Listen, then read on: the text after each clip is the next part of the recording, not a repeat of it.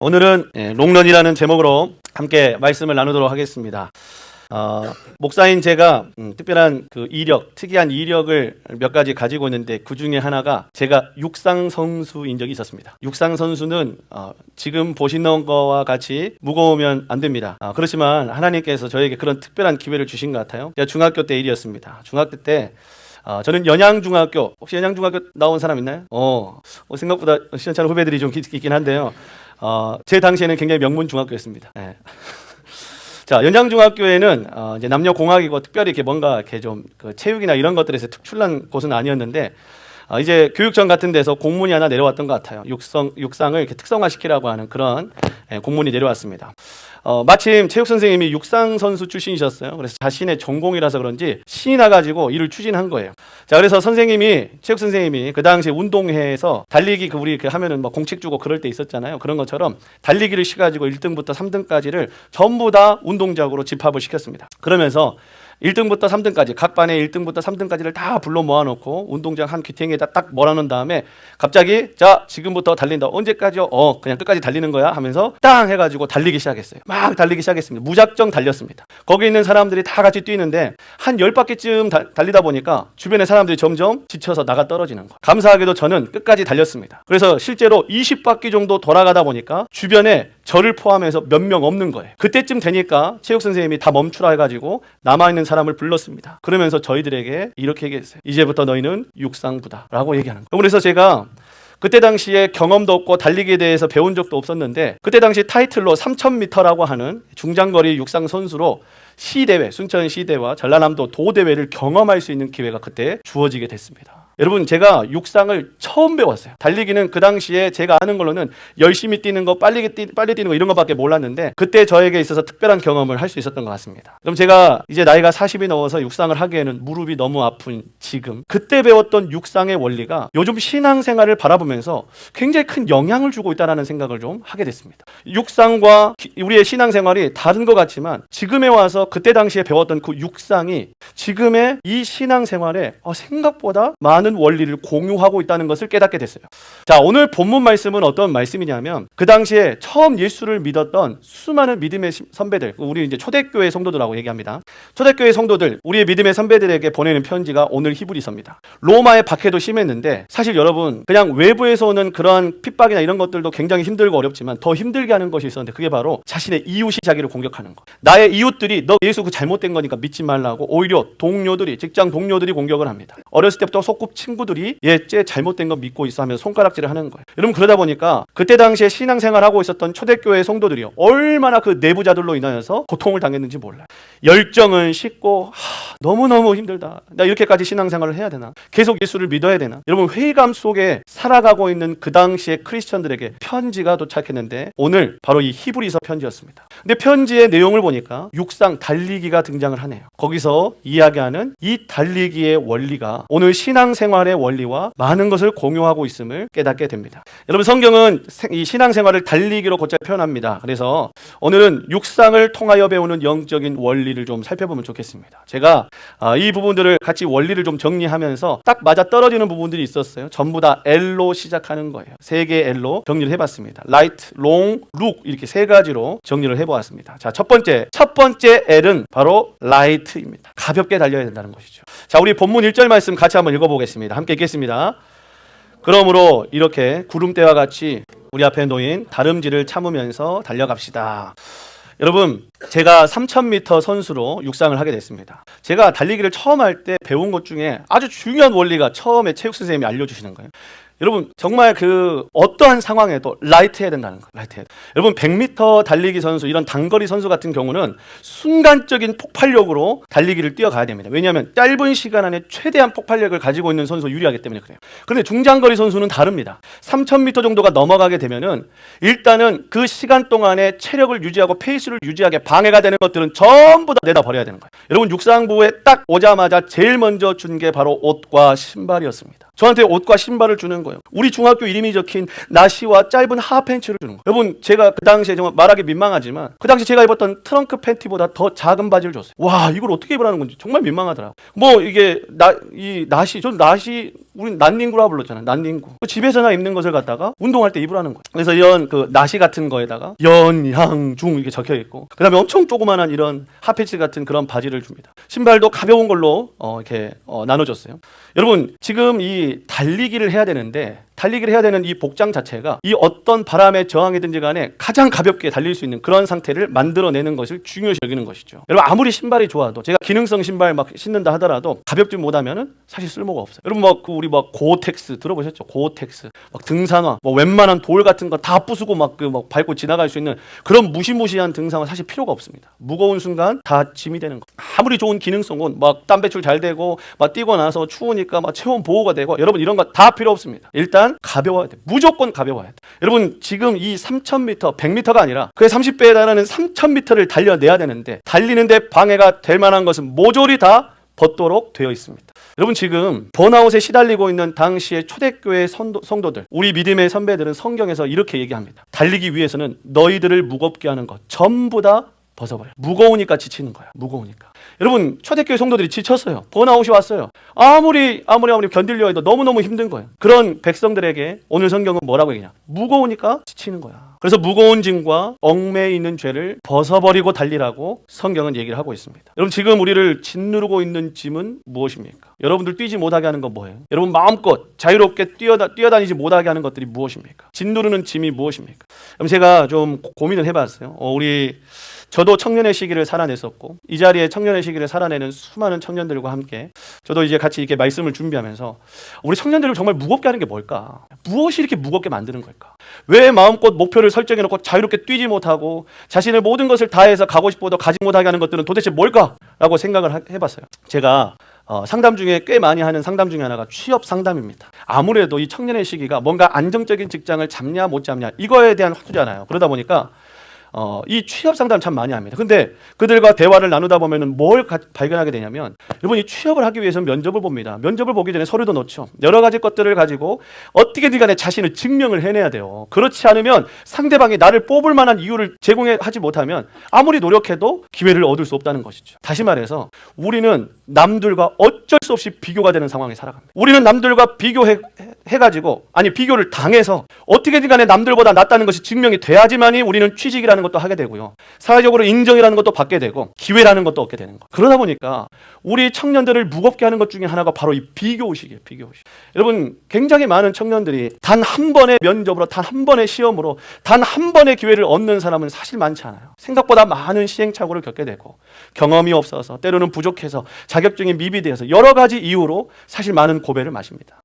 그러다 보니까 어쩔 수 없이 계속 비교를 당해야 되는 삶을 살아갑니다. 여러분, 그런 비교 당하는 삶을 우리 청년들이 살아내고 있는데, 나 역시도 나를 비교하면서 또 살아가는 거예요. 남도 나를 비교하는데 나도 나를 비교하는 거예요. 나도, 여러분, 꼭 SNS 이렇게 인스타 이런 것들 안 보더라도 우리 보통 상대방이 누구인지 알려면 카톡 프로필 정도는 보잖아요. 여러분, 그런 카톡 프로필조차도 우리를 때로는 주눅들게 해야 돼요. 여러분, 사람들이 자기 사진 공개적으로 남들 다 보게끔 할 때는 행복한 거 올려요? 불행한 거 올려요? 불행한 건 지웁니다. 없애요. 자신의 기억에서도 지우고요. 사진첩에서도 지웁니다. 굳이 내가 비참하고 내가 화장빨 안 받는 날 굳이 사진 올립니까? 그러지 않아요. 화장빨 잘 받고 어제같이 결혼식 같은 날 딱 가가지고 예쁜 옷, 멋진 옷 딱 입고 있을 때 그럴 때 사진 찍고 올리고 싶어요.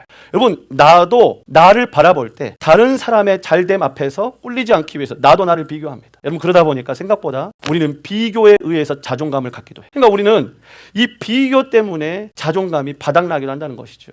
너무 많이 비교하죠. 비교해. 그러다 보니까 때로는 안타까운 모습을 많이 봐요. 인정을 받아야 되기 때문에 인정 욕구가 너무 큰 거예요. 그러다 보니까 자신의 속내는 다 드러내지 못하고 꽁꽁 싸매고 인정받을 수 있는 성품, 성향, 나의 기질만 드러내고, 이 안에 있는 것은 전혀 해소가 되지 않은 상태로 누가 누르면 폭발은 하겠지만 남들에게 보여줄 때에는 자기 자신을 관리하는 모습으로 살아갈 때가 많다는 것이죠. 이 얼마나 무거운 짐입니까? 현실의 문제도 마찬가지입니다. 여러분, 얼마나 현실의 문제가 사실 우리를 지독하게 무겁게 만드는지 모릅니다.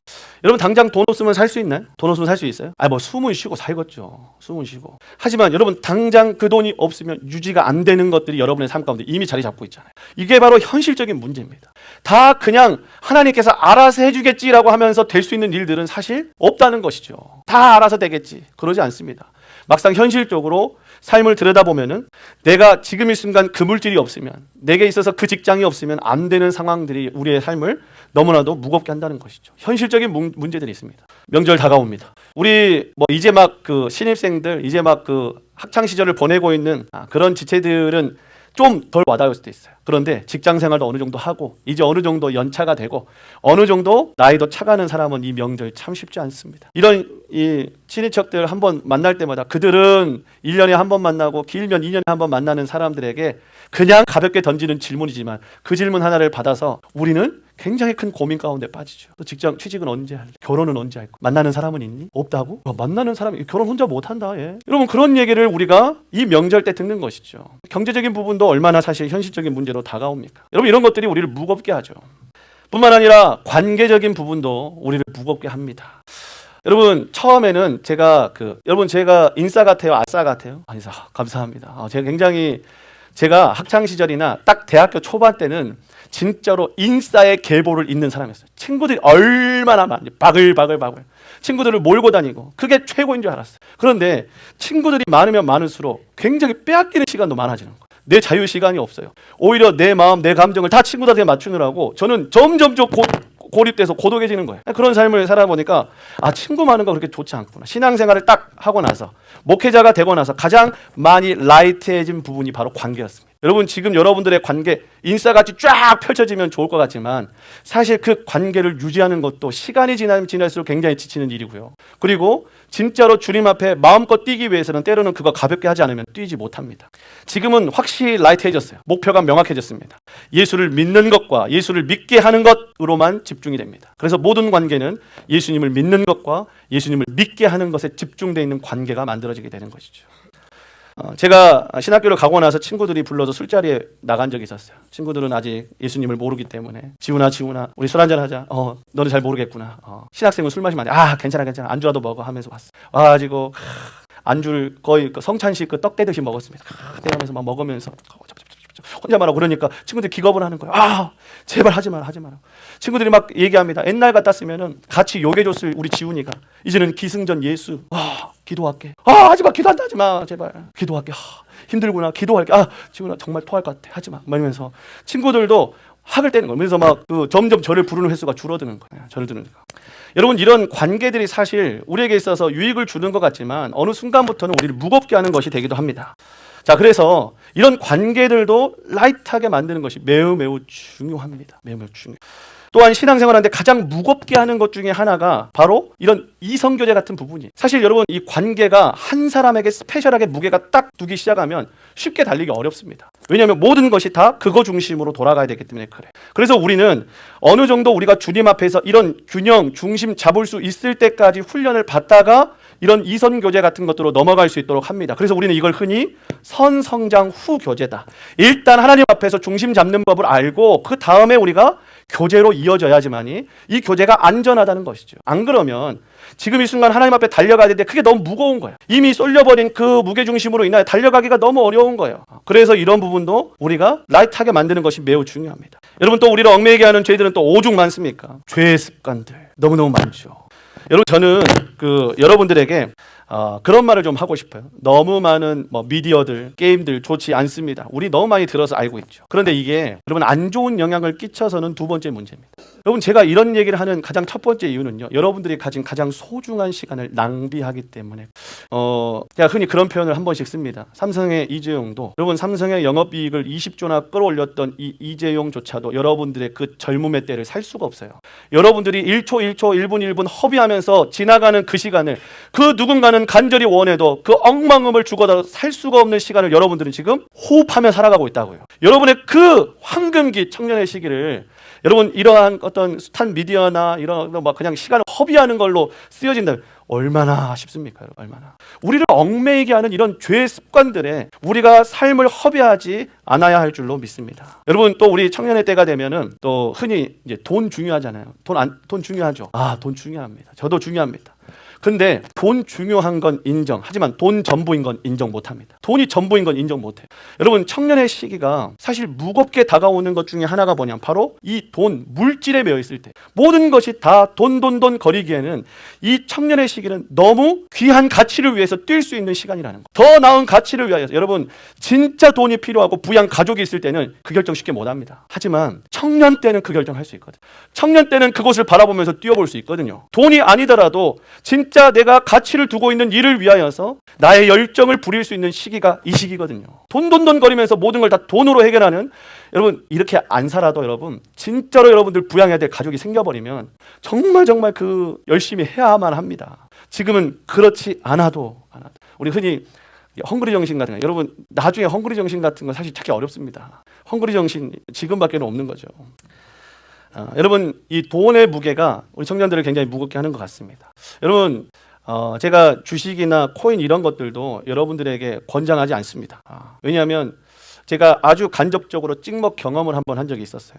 제가 작년에 일정 금액을 일정 기간 동안에 어느 정도 액수를 좀 거치할 수 있는 돈을 갖다가 예금을 해놓을 수 있는 기회가 생겼습니다.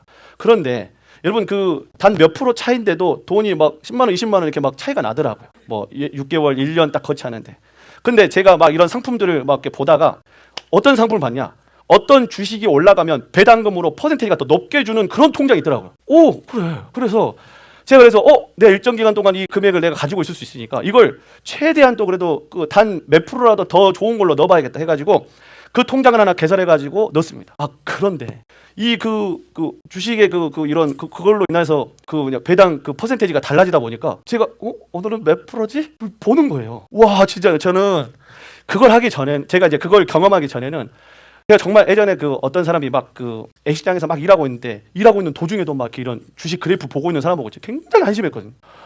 일하고 있는데 저러고 있는 게 난 너무 깝깝하고 화가 났어요. 그런데 제가 잠들기 전에 그 그래프가 생각이 나는 거, 빨간색, 막 이런 거 생각이 나는 거예요. 아니 왜 내가 이러면 안 되는? 내가 이러면 안 돼. 제가 이제 그런 것들을 경험하다 보니까 이 주식이나 코인 같은 것들이 사람의 마음을 돈을 얼마나 버느냐 이게 중요한 게 아니더라고요. 일단 이걸로 사람 마음을 딱 잡기 시작하면 이미 무거워져 버려요. 더 이상 더 힘있게 뛸 수가 없게끔 무거운 짐이 되어버리는 것을 제가 간접 경험, 찍먹으로 한번 경험한 적이 있었습니다. 제가 진짜로 잠자기 전에 그런 어떤 여러분 행복 회로라고 하죠.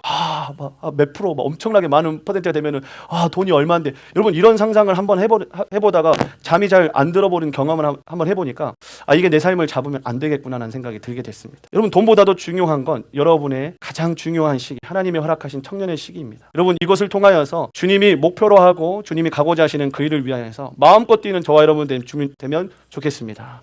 여러분 한번 고민해 봅시다. 무엇을 내려놓아야 할지를 우리가 고민해 보면 좋겠습니다. 자, 두 번째 L입니다. 자, 두 번째 L은 롱입니다. 롱. 길게 보고 꾸준히 해야 된다는 것이죠. 여러분 제가 육상부가 딱 되고 나서 이게 열심히 훈련을 했어요. 가르쳐주고 막 이런 육상법을 하면서 막 저도 이게 어렸을 때 보면은 막 황영조 보고 크지 않았겠습니까? 막 그런 폼 따라하면서 열심히 뛰었어요. 자, 그런데 자체 평가전을 갖기로 했어요. 3000m 안에서도 나름대로 이렇게 좀 평가전을 갔는데 여러분 연양중학교 안에서 3000m 중장거리 선수 몇 명 안 되는데 그 중에서 저보다 잘 다니는 한 명이 있었어요. 남자라면 이겨봐야 되지 않겠습니까, 여러분? 내가 이겨봐야겠다 해가지고 제가 그 전날 이 자체 평가 전날 나름대로 특훈을 했어요. 막 해가지고 막 따다다다다 막 하고 막 이렇게 해가지고 막 허벅지 근육 막 종아리 근육 해가지고 막 엄청 펌핑 해가지고 이제 다음 날 딱 됐습니다. 달리기를 하는데 어떻게 했을까요? 허벅지 종아리 돼가지고 못 뛰었습니다. 와, 여러분 종아리가 허벅지가 땡겨가지고 달리지를 못하는 거예요. 이 근육이 여러분 전날에 특훈을 한다고 무리를 해버리니까 근육이 다 다쳐버리는 거예요. 여러분 이 육상에서 특히 달리기에서 절대로 하지 않는 것 중에 하나가 바로 몰아치기입니다. 여러분 하루에 10시간을 뛰어버리면 다음날 못 일어나요. 하루에 10시간 뛰면 다음날에 11시간 뛸 수 있는 게 아니라 10시간을 뛰면 다음날에 못 일어난다. 근육 부상 다 일어납니다. 10시간을 뛰면 10일간 뛰고 싶은 생각이 안 들 정도로 온몸이 고통스럽습니다. 여러분 신앙의 선배들이 번아웃에 빠졌던 이유가 무엇이냐면 바로 꾸준함이 아닌 이벤트로 하려고 했기 때문에 그렇습니다. 여러분 당시에 가장 우리 신앙의 선배들을 힘들게 했던 지치게 했던 부분들이 뭐였냐? 다시 오시기로 한 예수님이 오늘도 안 오시고 내일도 안 오시고 내일 모레도 안 오는 거예요. 왜 안 오시지? 여러분 예수님을 이벤트로 믿는 사람은 흔들렸습니다. 예수님께서는 신앙의 여정을 단거리가 아니라 지속적인 바라봄으로 표현했습니다. 이거 마이크 좀 주실래요? 이거 소리가 계속 나가지고 여러분 신경 쓰이죠? 저도 그래요. 네.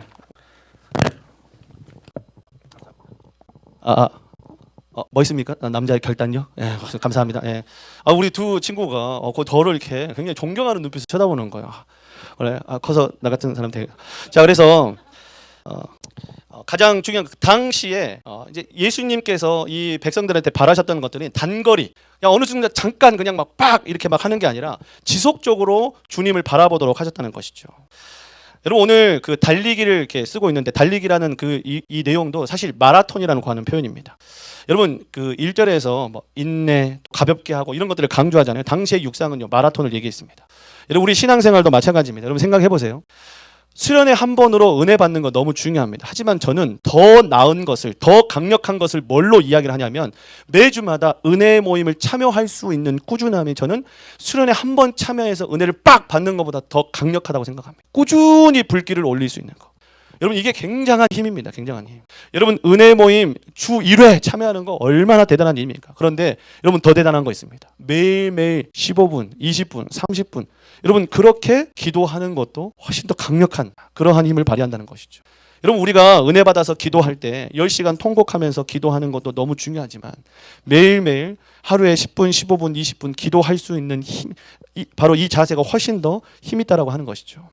여러분 그렇기 때문에 우리의 신앙생활은 이벤트가 아니라 태도입니다. 따라합시다. 이벤트가 아니라 태도다. 여러분 우리의 신앙생활은 이벤트가 아니에요. 특별한 이벤트가 아니에요. 특별한 어떤 행사가 아니에요. 특별한 뭔가 감정적인 쇼크를 받는 시간이 아니에요. 습관이고 그게 태도가 되는 거예요. 그래서 우리가 이 예배의 자리에 나올 때도 우리의 태도가 나오는 거예요. 태도가. 여러분 그 황금의 나라라고 표현했던 천하의 바벨론도 다니엘을 어떻게 못했습니다. 다니엘 어떻게 살았는지 아세요? 성경은 그를 이렇게 표현합니다. 전에 하던 대로 기도했대. 전에 하던 대로. 그냥 기도로 이제 바벨론이 나 죽이려고 하니까 으아 이런 식으로 한 게 아니에요. 바벨론이 자기를 죽이려 할 때에도 전에 하던 대로 했대요. 전에 하던 대로 기도했고 전에 하던 대로 예배했고 전에 하던 대로 감사했대요. 그거 앞에서 천하의 바벨론도 맥을 못 쳤습니다. 여러분 꾸준히 하던 대로의 삶이 태도가 되는 것입니다. 신앙생활은 이벤트가 아니라 태도입니다. 여러분 제가 그 새벽날개 초창기에 우리 제 청년 때 이름이 청년 때 신앙생활을 잘한다라고 하는 남자 이제 3명이서 이제 그 자취를 같이 하기로 했어요. 벌써 기대가 되는 거예요. 우리 그때 당시에 저를 포함해서 목자 2명하고 목자 아니지만 우리 충분히 리더십에 속하는 1명 해가지고 3명이서 이제 같이 자취를 합니다. 학교 앞에서. 여러분 교회에서 일주일에 한 번 만나가지고 함께 막 하나님 예배하고 찬양하고 그런 귀한 모습을 보던 그런 나의 동역자들과 함께 매일매일 같은 밤을 쓰는 거예요. 여러분 생각만 해도 끔찍하죠. 와 처음에 같이 우리 막 손잡고 막 올라가서 막 그 방 안에서 같이 손잡고 막 같이 기도했어요. 주님 이 장소를 임재의 장소로 바꿔주십시오. 막 이러면서 막 우리 예배도 드리자. 여기서 우리 기도도 하자.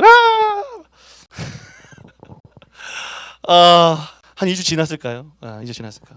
그리고 저녁마다 예배하고 기도하는 것이 불편하더라고요. 그래서 같이 오늘은 우리 친교하자. 영화 같이 보고 놀기 시작하고 서로의 삶의 태도가 다르다 보니까 서로 막 불편한 거예요. 막 이제 나 큐티 안 하는 거 아는데 어떡하지? 막 이러면서 막 사람들 앞에서 나눔할 때는 막 주님 그 큐티에서 주신 말씀이 주여 막 이러면서 사람들 앞에 나누는데 정작에 그 애들은 나의 삶을 아는 거예요. 자꾸 감추게 되고 혼자 만화책 빌려도 혼자 몰래 보고 막 그러다가 막 성경책으로 바꾸고 막 이렇게. 막 너무 불편한 거예요. 너무 불편한 거예요. 서로 불편하고 막 눈치 보다가 결국에는 막 웃으면서 다른 핑계 이유 다 대가면서 우리 각자의 방을 얻어볼까 이러면서 결국에 한 학기 만에 헤어졌습니다. 여러분 아무리 우리가 신앙생활 좋다 이렇게 하지만 꾸준한 거 앞에서는 삶이 다 드러나는 거예요. 삶의 태도입니다. 삶은 태도예요. 여러분 우리도 우리의 삶을 분명히 그렇게 인정할 줄 알아야 됩니다. 요즘 옛날에는 여러분 스포츠 선수들이 무조건 열심히 하는 거, 무조건 훈련 맞게 빡세게 밤새게 하는 거 이런 거 굉장히 이렇게 열정으로 보고 좋아했거든요. 그런데 요즘 선진국에서는 그렇게 훈련 안 합니다. 어떻게 하죠? 그 사람의 에너지 총량을 계산합니다. 그래가지고 이 사람이 가장 그 효율을 극대화시킬 수 있는 그러한 과학적인 방식으로 에너지를 끌어내는데 씁니다. 그래서 아직도 한국 사람들 같이 연습하거나 훈련하거나 막 이렇게 예술 계열도 막 이렇게 막 밤새도록 연습해가지고 손톱 다 부르트고 이러면은 어리석다고 얘기해요. 어리석다. 이제는 어떻게 해야 돼요? 그것을 갖다가 총량을 인정하고 그 총량 안에서 가장 중요한 시간들을 지켜내면서 꾸준히 하는 게 중요하다는 것이죠. 여러분 우리는 에너지 총량 24시간이라고 하는 정해진 거 안에서 살아갑니다. 하루에 10시간 몰아서 한다고 해서 삶이 변화되는 게 아니에요. 아니에요. 꾸준하게 10분, 20분, 1시간을 갖다가 컨트롤할 수 있는 힘이 있어야 우리의 삶이 길게 가는 거예요.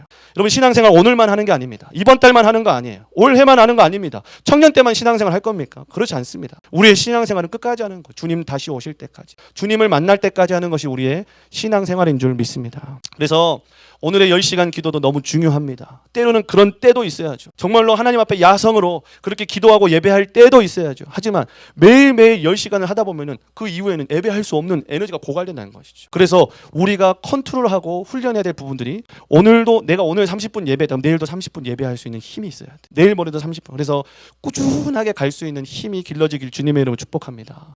여러분 저희 특별 예배가 벌써 1월 달이 끝났습니다. 우리 총 계산해 보니까 1월 달에 15번의 특별 예배를 드렸더라고요. 그런데 2월 달도 계산해 보니까 15번밖에 안 남았어요. 매일매일 예배한다는 거. 꾸준히 그 예배 자리에서 그 흐름을 계속 감을 잡고 간다는 거. 여러분 굉장한 힘이고 굉장한 능력입니다. 여러분 이제 이 한정판도 얼마 남지 않았어요. 우리가 한정판이라는 게 그 시기만 되는 거예요. 이미 지나간 행사를 가지고 나 그때 2월 달까지 지금도 하고 싶어요. 그럴 수 없다는 것이죠. 여러분 이 한정판 얼마 남지 않았습니다. 여러분 꾸준히 예배할 수 있는 힘, 능력 기를 수 있는 가장 중요한 시기. 또 우리 이제 타 지역으로 이제 어찌 보면은 3월달 되면 다 떠나고 올라가잖아요. 그런 지체들에게도 부탁의 말씀드립니다. 여러분들을 그 꾸준한 이 시간들을 통하여서 힘있게 날아갈 수 있도록 여러분을 돕는 예배가 될 줄 믿습니다. 마지막 세 번째 L은 바로 룩입니다. 우리 본문 2, 3절 말씀 같이 읽어보겠습니다. 시작. 부끄러움을 마음에 두지 않으시고 십자가를 참으셨습니다. 그리하여 그는 하나님의 보좌 오른쪽에 앉으셨습니다. 자기에 대한 죄인들의 이러한 반항을 참아내신 분을 생각하십시오. 그리하면 여러분은 낙심하여 지치는 일은 없을 것입니다. 아멘. 여러분 제가 3000m 달리기를 하면서 힘이 들어요. 막 뛰잖아요. 뛰고 달리다 보면은 본능적으로 고개가 숙여집니다.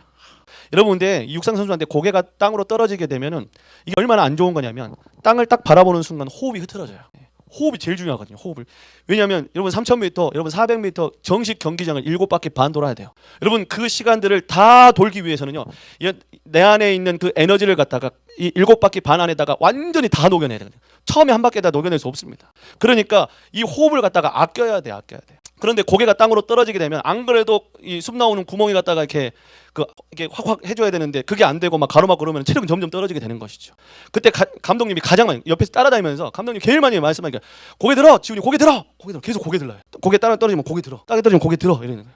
고개를 들고 상황을 보라는 거야. 상황을 보. 내가 얼만큼 뛰어야 되고 목표 지점이 얼마이고 내 옆에 있는 사람이 어느 정도 페이스로 따라오고 있는지 뒤에 있는 사람이 어느 정도 이렇게 막 상황을 보고 치고 들어오려고 하는지 이런 모든 상황을 고개를 들고 보라는 거예요. 그러면서 치열한 페이스 훈련을 하라는 거죠. 결승점을 바라보고 페이스를 만들어야 끝까지 달릴 수 있습니다. 여러분 신앙생활을 하게 되면은 누구를 바라보느냐가 그렇게 중요하더라고요. 성경은 명확하게 얘기합니다. 예수님을 바라보라. 성경은 분명하게 얘기합니다. 예수님 바라보라.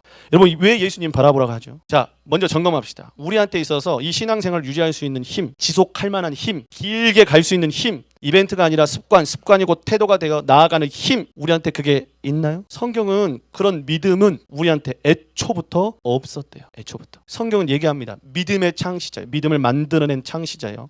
믿음을 끝까지 갈 수 있도록 완성자이신 예수님을 바라보라고 얘기하고 있습니다. 여러분 아이폰 만들기 전에는 아이폰 이 세상에 없었습니다. 잡스가 딱 들고 나고 It's iPhone 이렇게 얘기할 때까지는 아이폰은 이 세상에 존재하지 않았어요. 갤럭시 들고 나와가지고 이게 갤럭시라고 사람들 앞에 시연하기 전까지는 갤럭시는 이전에 없었습니다. 여러분 그와 마찬가지로 주님께서 우리에게 믿음을 주시기 전에는 우리한테 믿음이 없었어요. 우리한테 믿음이 있다면 그건 우리에게 믿음을 주신 분이 계시기 때문에 그래요. 믿음을 시작시키시고 완성시켜 주시는 예수님을 바라보라고 얘기를 하고 있습니다. 여러분 예수님을 바라봅시다. 여러분 예수님을 바라봐야 됩니다. 우리 흔히 이렇게 얘기하는 사람들이 있어요. 저 사람은 나보다 믿음이 좋아요. 이 사람은 나보다 믿음이 없어요. 여러분 믿음이 얼마나 크냐 작냐 여러분 그런 거에 대한 부분이 아니에요. 성경은 분명히 얘기합니다. 주님을 바라보냐 바라보지 않느냐의 차이라는 거예요. 우리한테 믿음이 얼마나 있냐. 여러분 사실 우리한테 있는 믿음으로 옆에 사람한테 비교할 거면 도토리 키재기고 그 어떤 믿음으로도 주님을 기쁘게 할 수 없죠. 믿음이 얼마나 크냐에 대한 이야기가 아니라 주님을 얼마나 바라보냐의 차이예요. 여러분 주님 바라보는 자가 바로 그 믿음의 창시자여 완성시키시는 그 주님의 그 믿음을 이어받는 자임을 기억하셨으면 좋겠습니다. 이런 궁금증이 생겼어요. 예수님도 십자가를 지실 때 너무너무 힘드셨을 텐데 주님 이 잔이 내게서 떠나게 해주십시오. 그렇게까지 간구하셨는데 예수님 그러면 무엇을 바라보셨을까? 무엇을 바라보시고 이런 걸 참으셨을까? 바로 나입니다. 바로 저를 보고 참으셨어요. 이 십자가를 견딤으로써 살릴 수 있는 김지훈을 바라보시고 견디고 버티고 참으셨다는 거예요.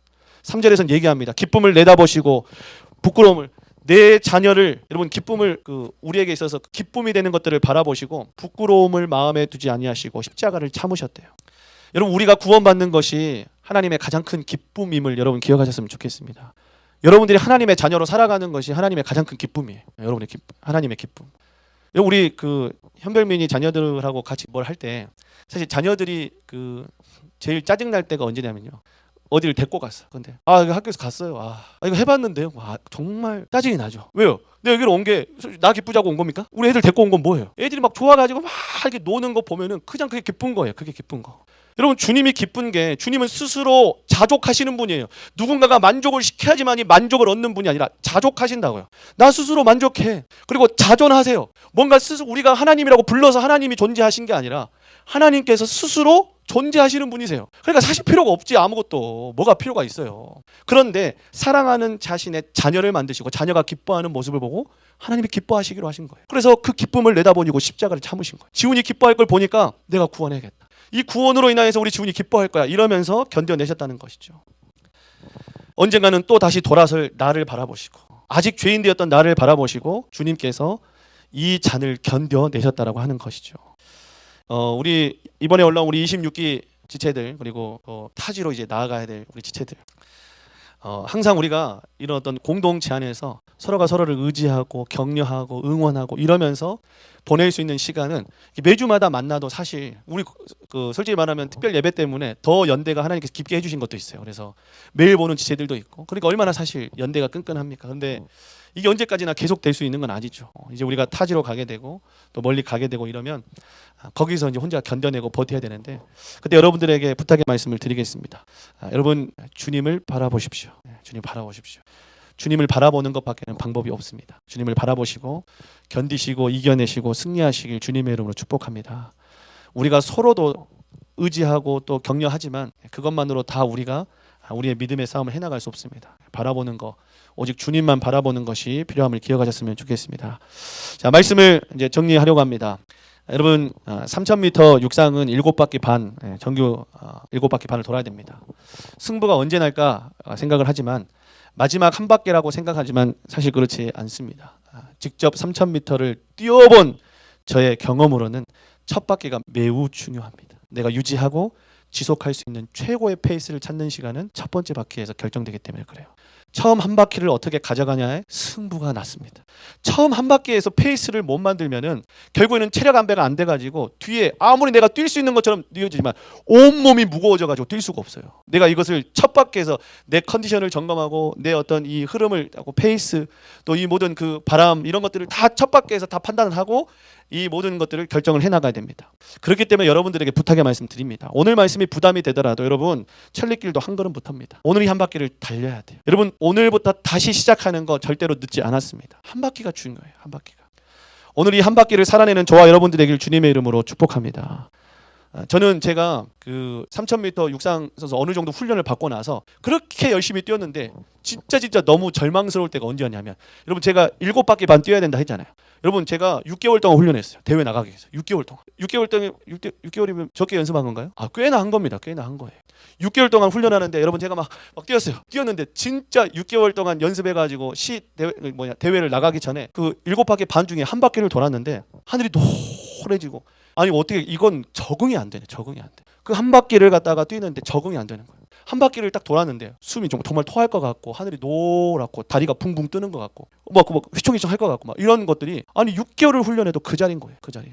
여러분 이게 제가 육상 선수하면서 가장 절망스러울 때였어요. 매번 3000m를 달리지만 한 바퀴를 도는데 정말 딱 죽겠는 거예요. 근데 승부가 거기서부터 난다고 했잖아요. 여러분 다 끝나고 돌고 와가지고 제가 주변에 있는 사람들한테 물어봤어요. 언제가 제일 힘드냐? 다 처음이 다 힘들대.